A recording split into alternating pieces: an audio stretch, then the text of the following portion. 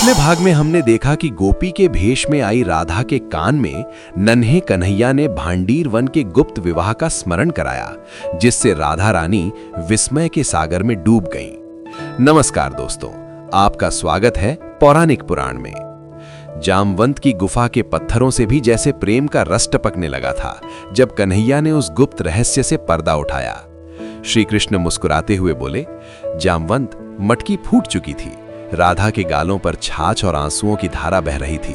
मैंने राधा के कान के पास अपना मुख किया और जो शब्द फुसफुसाया वो मेरी आत्मा की पुकार थी।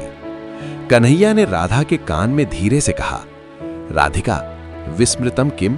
हे राधिके, क्या तुम भूल गई? वो छोटा सा बच्चा साक्षात गोलोक के स्वामी के स्वर में बोल रहा था। राधा का शरीर काठ की तरह हो गया।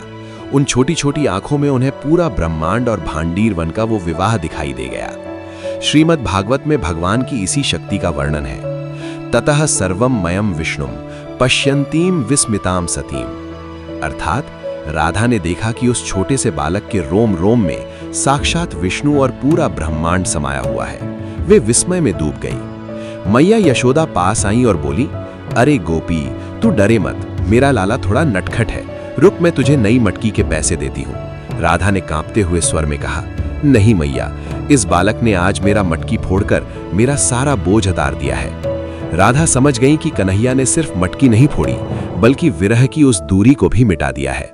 वे वहां से भागी, पर उनके पैर जमीन पर नहीं पड़ रहे थे।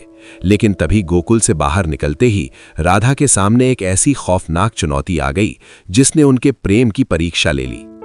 राधा जैसे ही गोकुल की सीमा पर पहुंची, वहां का आसमान अचानक फिर से काला होने लगा। एक अत्यंत बदसूरत और क्रोधित असुर, जिसकी आंखें अंगारों की तरह जल रही थीं, राधा का रास्ता रोककर खड़ा हो गया। वो कंस का एक नया दूत था जो गोकुल में सुंदर स्त्रियों पर नजर रख रहा था।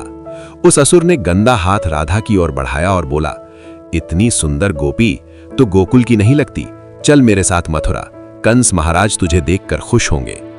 राधा अकेली थी, निहत्थी थी, और उनके कन्हैया गोकुल में एक शिशु बने बैठे थे।